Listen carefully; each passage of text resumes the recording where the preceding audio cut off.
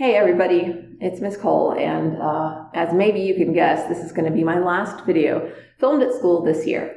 As you're progressing as a writer, at some point you'll learn about style guides. Maybe you already have. They're generally introduced in high school. The two most common for academic writing are the Mla Style Guide from the Modern Language Association and the APA Style Guide from the American Psychological Association.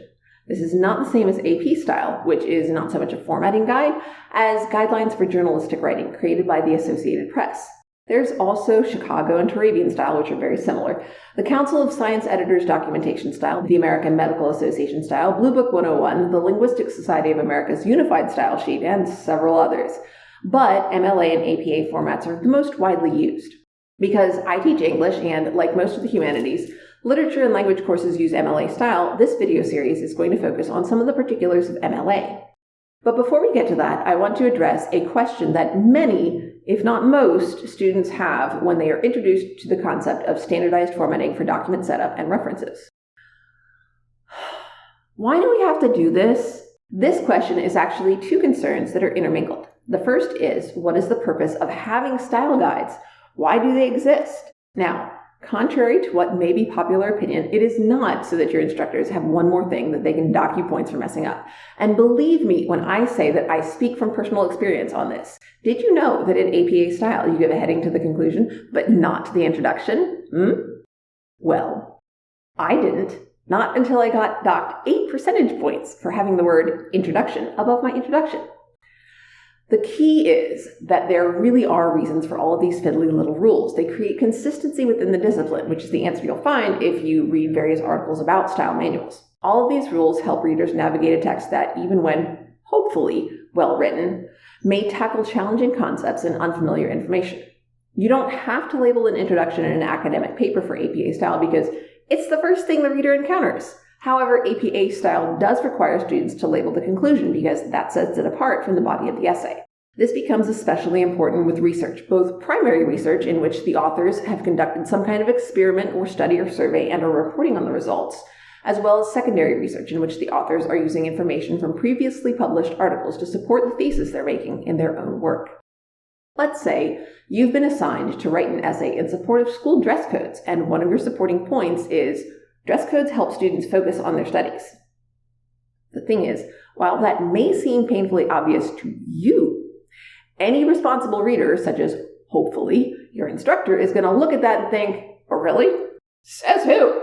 And if you haven't cited your sources, it calls your evidence, and thus your thesis, and therefore your entire essay into question.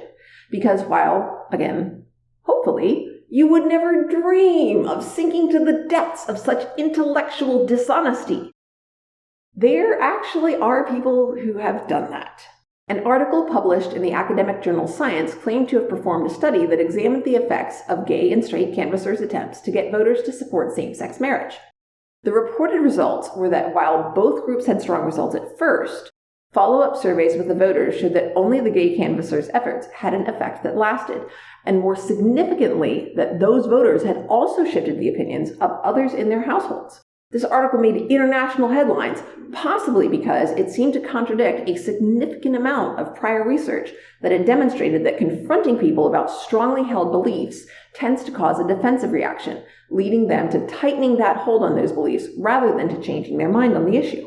Things started to unravel when a professor at Stanford and a graduate student at UC Berkeley started examining the article's information, hoping to create a follow-up study that might help explain why the previous one had gotten such intriguing results. The deception that they uncovered, with the help of a professor at Yale, resulted in the lead author being so thoroughly discredited that he lost an assistant professorship that had been offered to him by Princeton University, and he wound up changing his name. Apparently, John Proctor was wrong. You can have another name. I promise you, I am not kidding. Check the links in the description. It's wild. Plagiarism and falsification of research are not crimes, as some of my students invariably think, but research is about exploring new ideas and learning and adding to the collective knowledge and understanding of humanity. And when you lie about it, you are reducing and taking away from that. You are choosing ignorance over discovery. And in a community dedicated to learning, that's about as bad as it gets. So, to pull back to the point of this video, using a standardized style makes it easier for readers to understand your information, where it came from, and how you got it. All of that increases the credibility of that information and therefore of your work as well. However, I am not teaching students to write for publication in scholarly journals. Many of them will go on to college, perhaps even graduate school. Some won't. It's understandable that the other part of the question, why do we have to do this, is actually, why do I have to do this? If you're not planning on a career in academia, do you really need to learn about the ins and outs of a system that isn't really used outside of it? And even if you are, by the time you finish high school and gotten through your first degree, there's a chance that the system will have changed, as it does about every 5 years or so. In fact, the most recent edition has just come out today, actually, as I'm writing the script, although by the time you see this, it'll have been around for over a week. MLA 9 was released on May 30th, 2021. Previous editions came out in 2016, 2009, 2003, and on back to the late 1970s. Students pick up on the lack of direct application on learning how to use a style guide, and they draw the conclusion that it's just useless information.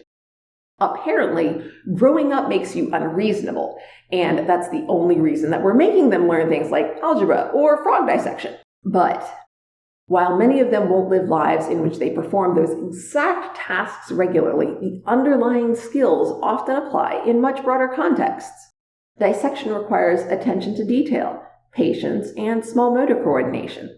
Linear algebra reinforces logical thinking, but adds the challenge of using it in an abstract context. Students learn to use their imagination in new ways while staying within a provided framework.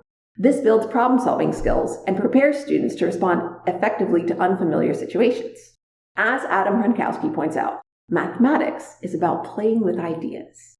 Working with style guides and following formatting protocols provides similar reinforcement of other useful skills.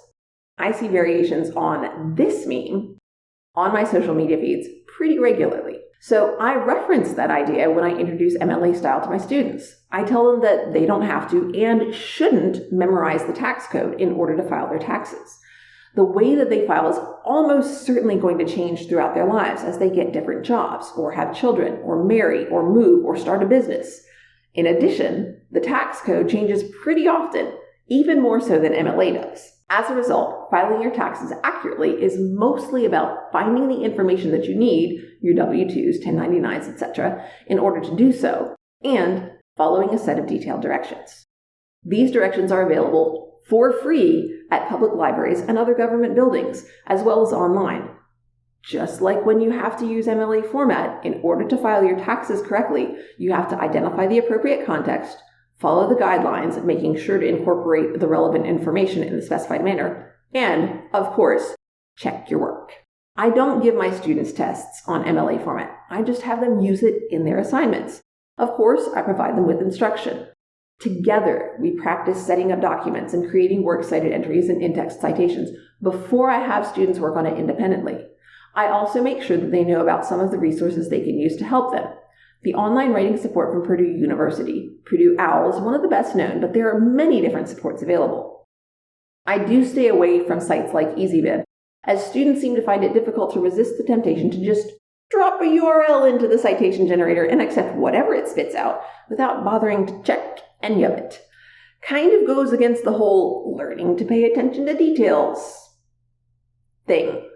In the rest of the videos in this series, I'll be talking about different aspects of formatting.